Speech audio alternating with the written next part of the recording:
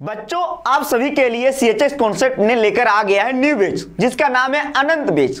इसके अलावा आप सभी को मैं अपडेट कर दूं कि सीएचएस का एप्लीकेशन फॉर्म आ चुका है क्लास 9 और 11th के लिए। जिसने भी फॉर्म नहीं भरा है जाके फटाफट फॉर्म को फिलअप कर दीजिए। 2 मार्च तक ये ऑफर है, सिर्फ और सिर्फ 599 में आपको कोर्स मिल जाएगी, बहुत ही कम फीस में। और यहाँ जितने भी फैकल्टी मेंबर है सब एक पर एक है, यानी बेहतरीन है। पिछले साल भी यहाँ से पढ़े हैं और उनका सिलेक्शन हुआ है सीएचएस में। इस बार आपका नंबर है, आप कड़ी मेहनत करने के लिए तैयार है तो आप जुड़िए हमारे कोर्स में। 29 फरवरी को आपका फ्री टेस्ट होना है। जितने भी लोग पार्टिसिपेट करना चाहते हैं इस नंबर पे अपना नाम और क्लास लिख के भेज दीजिए इस व्हाट्सएप नंबर पे। नाम है सीयूटी कॉन्सेप्ट। जाओ आप लोग गूगल प्ले स्टोर पे और वहां से सीयूटी कॉन्सेप्ट को डाउनलोड करो। डाउनलोड करने के बाद आप क्लिक करोगे तो सीएचएस का जो न्यूज़ सबको शेयर कर दीजिए, सबको बता दीजिए कि अनंत बैच आ गया है। ज्वाइन कर ले। सीएचएस से संबंधित हर एक अपडेट के लिए हमारे चैनल के साथ बने रहिए। हम लोग सेंट्रल हिंदू स्कूल आर्ट्स और कॉमर्स के पेपर पैटर्न और एलिजिबिलिटी रिक्वायरमेंट के बारे में बात करेंगे। तो सबसे पहले हम जान लेते हैं पेपर पैटर्न के बारे में। तो पेपर पैटर्न यहाँ पर ऐसा है कि यहाँ पर आपको टोटल क्वेश्चन जो मिलेंगे वो कितने मिलेंगे, 100 मिलेंगे। और 2022 तक यानी कि इस साल से पहले, ठीक है, अभी जो एग्जाम हुआ है उससे पहले एक क्वेश्चन के लिए आपको पर क्वेश्चन जो है वो 1 मार्क्स दिए जाते थे। यानी कि अगर 100 क्वेश्चन हुए तो कितने मार्क्स हुए, 100 नंबर हुए, ठीक है, 100 मार्क्स हुए। लेकिन इस साल क्या हुआ कि इस साल मतलब ऐसा जो कट ऑफ जो जारी किया गया है, पहले से नहीं बताया गया था कि 3 मार्क्स के होंगे एक क्वेश्चन, बट इस बार जो है कट ऑफ जारी किया गया है। कट ऑफ को देख करके पता चल रहा है कि एक जो क्वेश्चन है उसके लिए 3 मार्क्स जो है वो दिए गए हैं इस बार, ठीक है। तो एक क्वेश्चन के लिए कितने मार्क्स दिए गए हैं, 3 मार्क्स। तो मतलब 100 क्वेश्चन उतना ही रहेंगे 100। तो अगर 3 मार्क्स अगर इस साल भी होता है, अभी ऑफिशियल नोटिफिकेशन आया नहीं है, ठीक है, इसके रिगार्डिंग कितने मार्क्स के होंगे एक क्वेश्चन, ठीक है। बट अगर आता है तो मैं उसमें भी आपको बता दूंगा। बट मोस्ट प्रोबेबली ये जो है 3 मार्क्स का होने वाला है। तो 1 क्वेश्चन 3 मार्क्स के, तो टोटल कितने हो जाएंगे, 300 मार्क्स के आपके ये पेपर आपका हो जाएगा। और टाइम ड्यूरेशन की बात करें तो आपको जो है वो 100 क्वेश्चन के लिए आपको 2 आवर्स यानी कि 120 मिनट बच्चों दिया जाता है। और आगे बात कर ले तो इसमें कोई भी नेगेटिव मार्किंग नहीं होता है। इस चीज का एकदम कंठस्थ रखिएगा, ध्यान रखिएगा इस चीज को कि कोई भी नेगेटिव मार्किंग नहीं है। तो जब आप पेपर देने जाएंगे, पेपर में बैठेंगे एग्जाम में, तो वहां पर जो है अगर 100 क्वेश्चन दिए जाते हैं तो चाहे आपको क्वेश्चन आता हो चाहे ना आता हो, आपको जो है सारा क्वेश्चन टिक करना है, ठीक है। सारा क्वेश्चन टिक कर दे रहा है। अगर आपको 70 आ रहे थे कोई बात नहीं, 30 बचे हैं, 30 को भी तुक्का मारो, ठीक है। और तुक्का कैसे मारना है वो भी मैं बताऊंगा। ऐसे मतलब इलॉजिकल तरीके से तुक्का नहीं मारा जाता है, वो हम लोग आगे क्लासेस में डिस्कस करेंगे, ठीक है। तो मीडियम ऑफ एग्जाम क्या होगा, यहाँ पर हिंदी और अंग्रेजी। तो बच्चों अगर आप हिंदी मीडियम स्कूल से पढ़े हैं या फिर आप अंग्रेजी मीडियम स्कूल से पढ़े हैं तो आप जिसमें भी कंफर्टेबल है, ज़्यादा जिसमें सहूलियत है, आप उसमें जो है पेपर दे सकते हैं। हिंदी इंग्लिश दोनों में पेपर यहाँ पर कराया जाता है। एग्जाम लेवल जो होगा वो 10th क्लास के लेवल का ही होगा। और आर्ट्स और ये कॉमर्स में जो है 10th क्लास के अगर आप NCERT पढ़ लेते हैं तो आपका ठीक ठाक जो है वो सिलेक्शन के चांसेस रहते हैं कि आप NCERT पढ़ के आराम से कर सकते हैं, ठीक है। एग्जाम सेंटर जो है वो एग्जाम सेंटर आपका वाराणसी में होगा, यानी कि बनारस में, ठीक है, वाराणसी में ही होगा। और यहाँ पर जो मोड ऑफ एग्जाम होगा, मोड ऑफ एग्जाम वो ऑफलाइन होता है, ठीक है। तो आपको यहाँ पर ये बनारस में आना होगा और ऑफलाइन आपके पास पेपर मिलेंगे, ठीक है। ये सीट्स मिलेगा, क्वेश्चन पेपर सीट, वो उसमें आपको क्या करना होगा, फिर आपके पास OMR सीट भी होगा, उसमें बबल भरना होगा कि आपने जो है कि पहला क्वेश्चन का जो है ऑप्शन नंबर D सही है आपके अनुसार, तो आप D पर अपने ये बबल भर दिया, ठीक है, गोला कर दिया, ठीक है। तो ये होता है यहाँ पर ऑफलाइन पेपर। अगर ऑनलाइन भी होने लगा है, अगर मान लो हो जाता है अगले साल से या 2024 से, ठीक है, 2024 में जब पेपर होगा तो हो सकता है ऑनलाइन हो जाए, क्या पता। तो ऑनलाइन होगा तो वो भी आपको बता दिया जाएगा, ठीक है। तो आगे चलते हैं और आगे बात कर लेते हैं अब कौन कौन से सब्जेक्ट से जो है आपसे क्वेश्चन पूछा जाता है। ये तो पता होना चाहिए ना कि कहाँ कहाँ से क्वेश्चन पूछे जाएंगे। अभी देखिए, एक जैसे इंग्लिश है तो इंग्लिश में कौन कौन से टॉपिक से क्वेश्चन पूछे जाएंगे वो तो हमारा सिलेबस हो जाएगा। लेकिन अभी हम लोग पेपर पैटर्न की बात करें तो यहाँ पर सिर्फ और सिर्फ हम यहाँ पर सब्जेक्ट वाइज बात कर लेते हैं कि कौन कौन से सब्जेक्ट से, कौन कौन से विषय से आपसे प्रश्न पूछे जाते हैं। तो अगर आप आर्ट्स ग्रुप के लिए अगर आप एडमिशन लेना चाहते हैं, एंट्रेंस टेस्ट देना चाहते हैं, तो यहाँ पर जो है कौन कौन से सब्जेक्ट से आपके क्वेश्चन पूछे जाएंगे। तो यहाँ पर जो है पहला सब्जेक्ट तो आपका हो जाएगा बच्चों इंग्लिश, यानी कि अंग्रेजी। क्या हो जाएगा, अंग्रेजी से क्वेश्चन पूछा जाएगा। दूसरा किससे, हिंदी से क्वेश्चन पूछा जाएगा। फिर हिस्ट्री से, ज्योग्राफी से, यहाँ पर इकोनॉमिक्स से, पॉलिटी से। तो आप देख रहे हैं आर्ट्स में जो जो सब्जेक्ट आते हैं, सोशल साइंस के जो विषय होते हैं, आप देखिए जैसे कि यहाँ पर हिस्ट्री हो गया, ज्योग्राफी हो गया, इकोनॉमिक्स हो गया, पॉलिटी हो गया, यही 4 जो है मेजर सब्जेक्ट्स होते हैं। तो यहीं से जो है आपके क्वेश्चन जो है यहाँ पर बनते हैं ज्यादातर क्वेश्चन। साथ ही साथ आपसे इंग्लिश और हिंदी से भी क्वेश्चन जो है वो बनेगा। और यहाँ पर मैथ्स भी। तो क्या आप पूछेंगे सर क्या मैथ्स ग्रुप जो होता है उसमें जैसे मैथ्स का क्वेश्चन पूछा जाता है क्या वैसे क्वेश्चन इसमें भी आएंगे? नहीं, ठीक है। आपके 8th लेवल के क्वेश्चन पूछे जाएंगे, कक्षा 8 तक के, ठीक है। 11th में जा रहे हैं आप, ठीक है, तो 11th में आप फिर आपने क्या है आर्ट्स ग्रुप के लिए आप जा रहे हैं, ठीक है। तो आपने जो है क्वेश्चन का लेवल जो होगा वो जैसे कि मैथ्स ग्रुप में जिस प्रकार से जो है क्वेश्चन आपसे पूछे जाते हैं ना, उस हिसाब से यहाँ पर नहीं क्वेश्चन पूछे जाएंगे, उसका लेवल जो है थोड़ा सा नीचे का रहेगा, ठीक है। जनरल टॉपिक से क्वेश्चन पूछे जाएंगे, ठीक है, नंबर सिस्टम से पूछ लिया जाएगा, ठीक है, इस तरीके से लाभ हानि, ठीक है, ये सारी चीजें क्वेश्चन जो पूछे जाते हैं। तो और जनरल जो है जीके, जनरल स्टडीज, जीके से भी क्वेश्चन आपसे पूछे जाते हैं, कम ही क्वेश्चन आते हैं, ठीक है, इकोनॉमिक्स से, पॉलिटी से। तो ये जो है यहाँ मेजर पोर्सन जो आपसे हिस्ट्री, ज्योग्राफी, ये सब आएगा, ठीक है। बट यहाँ पर सभी से क्वेश्चन आपसे पूछा जाएगा। अब यहाँ पर ये डिफाइन नहीं है कि किस सब्जेक्ट से कितने क्वेश्चन पूछे जाएंगे, ये ऑफिशियल नोटिफिकेशन में नहीं बताया गया है। और जब आप पेपर देखें पीवाईक्यू, तो वहां पर भी ऐसा कोई मतलब ऐसा सिस्टम नहीं है कि अब यहां से 10 क्वेश्चन ही पूछा जाएगा, यहां से 10 क्वेश्चन पूछा जाएगा, यहां से 15 क्वेश्चन पूछे जाएंगे, ऐसा कुछ भी नहीं बताया गया है। तो मैं भी जो है अपनी तरफ से क्या ही बताऊं, ठीक है। तो वो जैसे हम प्रीवियस क्वेश्चन पेपर एनालिसिस करेंगे तो हम खुद आप देखेंगे, ठीक है, खुद देखेंगे किससे कहां से कितने क्वेश्चन आ रहे हैं, वो हम लोग बाद में डिस्कस करेंगे। अभी के लिए आप समझिए कि सभी से क्वेश्चन आएगा, बट कितने क्वेश्चन आने वाले हैं इसका अभी पता नहीं है, ठीक है, वो उन्होंने बताया नहीं, तो फिर मैं भी कैसे बताऊं, ठीक है।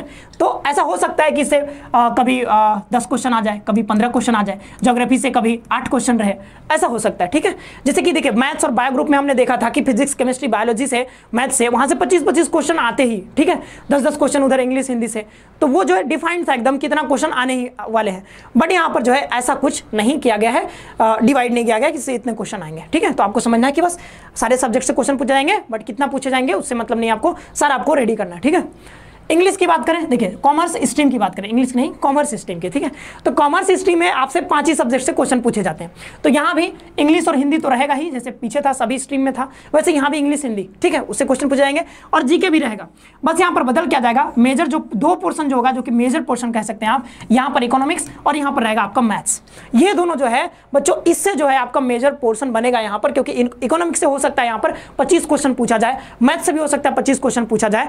और फिर वही बात कि यहाँ पर भी जो लेवल हो सकता है उसे थोड़ा सा जो है वो चेंज रहेगा, लेवल थोड़ा सा इजी लेवल रहेगा जो मैथ्स ग्रुप में रहता है, ठीक है। तो घबराना नहीं है, बहुत आराम से हम लोग करेंगे। अगर आप कोर्सेस में अगर इनरोल्ड हैं या इनरोल होना चाहते हैं तो आप इनरोल भी कर सकते हैं।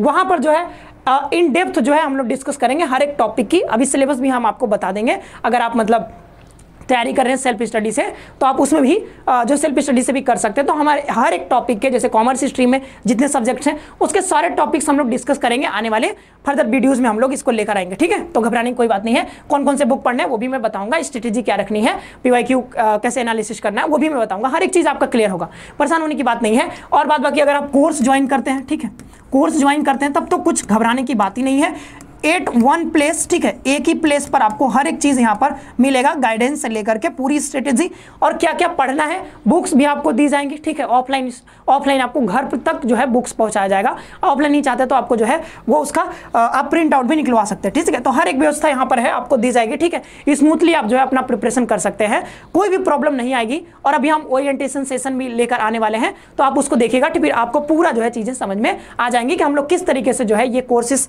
जो है हमारा वो पूरा जो प्रोग्राम है, ये जो कोर्स का प्रोग्राम है उसको कैसे रन करने वाले, ठीक है, वो पूरा चीज आपको पता चल जाएगा, ठीक है।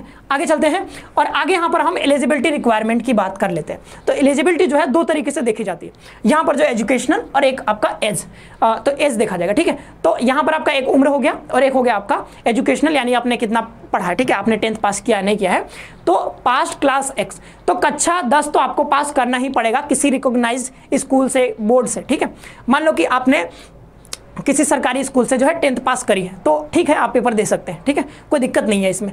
और मान लीजिए CBSE बोर्ड से आप पढ़े हैं तब भी दे सकते हैं, कोई दिक्कत नहीं। किसी भी रिकॉग्नाइज्ड बोर्ड होना चाहिए, ऐसा नहीं कि किसी भी अरे स्कूल से पास कर लिए हैं उसको मान्यता प्राप्त ही नहीं था, ठीक है, तो ऐसा नहीं होना चाहिए। और मुझे इतना तो कन्फर्म है कि आप सभी लोग जितने जहाँ भी पढ़ रहे होंगे तो वो मान्यता प्राप्त ही होगा, ठीक है। कॉमर्स के लिए अगर आप पेपर देना चाह रहे हैं, जैसे कि मैथ्स और बायो की बात करी थी, तो वहां पर कुछ क्राइटेरिया था कि इतना % आपको नंबर लाने ही है, ठीक है, 10th में। और वहां पर था कि आपको बायो में और साइंस में जो है वो साइंस में और मैथ्स में इतने % तक आपको लाने हैं। उसी तरीके से कॉमर्स में भी आपको, कॉमर्स जो होगा, कॉमर्स के लिए आप जा रहे हैं तो आपको क्लास 10 में, कक्षा 10 में आपके कितने % मार्क्स होने चाहिए, 55% मार्क्स होने चाहिए। 55 से कम है तो फिर हो जाएगा दिक्कत, और भगवान के दया से सबको इतना तो मिल ही जाता है, ठीक है, इससे कम तो नहीं होगा, ठीक। और आर्ट्स में अगर आप देना चाह रहे हैं तो यहाँ कैसा, ऐसा कोई क्राइटेरिया नहीं है कि आपको कितने %। आप अगर सिर्फ पास हैं, महात्मा गांधी जैसे पास हो जाते थे, ठीक है, उनका भी बहुत कम नंबर आता था। अगर आप वैसे भी हैं 33%, 33.5% मतलब पासिंग मार्क्स आ जा रहा है आपका, तब भी आप जो है वो आर्ट्स के स्ट्रीम के लिए आप अपीयर हो सकते हैं, एंट्रेंस टेस्ट दे सकते हैं। कॉमर्स में ध्यान रखना है आपको 55%, और मैथ्स बायो की तो मैंने बता दिया था पिछले वीडियो में, ठीक है। और एज की बात कर लेते हैं, तो एज यानी कि उम्र की, तो उम्र आपका कितना होना चाहिए, वो 18 साल से अधिक नहीं होना चाहिए अगर आप 11th में अपीयर होना चाहते हैं स्कूल एंट्रेंस टेस्ट के लिए, ठीक है, CHS में। तो यहाँ पर क्या हो जाएगा कि आपका जो है 18 साल से ज़्यादा तो होना ही नहीं चाहिए, और आपका जो है 30 सितंबर 2024 तक, भाई कब तक 18 साल नहीं होना चाहिए। तो यहाँ पर डेट भी दे दिया गया है कि 30 सितंबर 2024, क्योंकि 2024 में ही हम लोग एग्जाम देंगे, ठीक है। 2024 में एग्जाम देंगे तो मैक्सिमम एज आपका 30 सितंबर 2024 तक 18 साल से एक्सीड नहीं होना चाहिए, 18 साल से जो है ज़्यादा नहीं होना चाहिए। और 18 साल हो, या फिर हम ऐसा भी कह सकते हैं कि 30 सितंबर 2006 से पहले का नहीं होना चाहिए। आपका डेट ऑफ बर्थ जो है वो 30 सितंबर 2006 से पहले का नहीं होना चाहिए। यानी कि अगर आप 30 सितंबर, यानी कि अगर आप जैसे जुलाई में हो गया, ठीक है, जुलाई 2006 में अगर आपका जन्म तिथि है, तब फिर नहीं दे पाएंगे आप पेपर, दिक्कत हो जाएगा, ठीक है। तो इससे पहले का नहीं होना चाहिए, ठीक। इतना बात आपको समझ में आ गया एलिजिबिलिटी रिक्वायरमेंट। अब थोड़ा सा और एडिशनल कुछ चीज़ें जान लेते हैं कि और क्या रिक्वायरमेंट होनी चाहिए। हालांकि ये पेपर देने के लिए तो उतना ही रिक्वायरमेंट है, लेकिन एडमिशन लेने के लिए अगर आप CHS में पढ़ना चाहते हैं तो वहाँ पर जो है, हालांकि इसका उतना मतलब कोई मतलब है नहीं इसको बताने का, बट फिर भी मैं बता दे रहा हूँ, इतना जानते रहिए, ठीक है। यहाँ पर मिनिमम 33% मार्क्स आपके स्कूल एंट्रेंस टेस्ट में आने ही चाहिए। मान लो पहले क्या होता था ना कि कुछ लोग, मतलब पहले जब बहुत पहले वो उतना इसका क्रेज नहीं था, तो कुछ लोगों का एडमिशन जो है, जैसे कि ST कैटेगरी में हम बात करें तो 25% से कम नंबर पर भी एडमिशन हो जाता था, ठीक है, कई बार हो जाता था, ठीक है। तो यहाँ पर क्राइटेरिया लाया गया है कि अब जो है अगर आप, जैसे कि यहाँ पर आप अनरिजर्व कैटेगरी से हैं, OBC से हैं, EW से हैं, BHU एम्प्लॉय, हाँ BHU एम्प्लॉय का, ठीक है, ST का छोड़ो, BHU एम्प्लॉय वार्ड का देखो। BHU एम्प्लॉय वार्ड में क्या था कि यहाँ पर बच्चे जो थे ना, अगर आप मतलब कि क्योंकि BHU एम्प्लॉय वार्ड में वहाँ पर कोटा होता है, ठीक है, तो आप अगर 33 नंबर से कम भी लाते हैं, 33 नंबर से अगर कम भी लाते हैं, तब भी आपका एडमिशन आराम से हो जाएगा, ठीक है। क्या हो जाएगा, एकदम आराम से आपका एडमिशन हो जाएगा, कोई दिक्कत नहीं होगा, ठीक। तो यहाँ पर आपको समझना होगा, फिर इन्होंने क्राइटेरिया सेट कर दिया कि आप कोई भी कैटेगरी से हो, जैसे UR से हो, OBC से, ये तो ठीक ही है। BHU एम्प्लॉय वार्ड से है, तब भी आपको 33% से ज़्यादा तो लाना ही पड़ेगा। यानी 100 नंबर का अगर है आपका, तो उसमें आपका 33 नंबर से ज़्यादा होना ही चाहिए। अगर 33 नंबर से कम आप ले आते हैं नंबर, तो फिर आप एडमिशन से बाहर हो जाएंगे। भले ही कोई एडमिशन ना ले, ठीक है, भले ही कोई एडमिशन ना ले, सीट सारे खाली रह जाएं, सभी एम्प्लॉय वार्ड के बच्चों के नंबर 33 से कम आए, किसी का एडमिशन नहीं होगा, ठीक है, भले ही सीट खाली रह जाएगा, ठीक है, उस पर स्कूल मतलब बाहरी बच्चों का एडमिशन हो जाएगा। तो आपको इतना तो नंबर लाना ही है, यानी कि 100 नंबर का अगर होता है, 300 का होता है, तो उसमें 33% आप निकाल लेंगे 99 नंबर के आसपास, ठीक है, तो वहां पर आपका अलग हो जाएगा, ठीक। बट यहाँ पर अभी जो है अगर 100 नंबर में बात करें तो आपको 33 नंबर लाना ही पड़ेगा, 33% आपको नंबर लाना ही है एडमिशन के लिए। इससे कम हो गया तो फिर आप उस प्रक्रिया से ही बाहर हो जाएंगे। ये किसके लिए था, UR, OBC, EWS, BHU employ ward.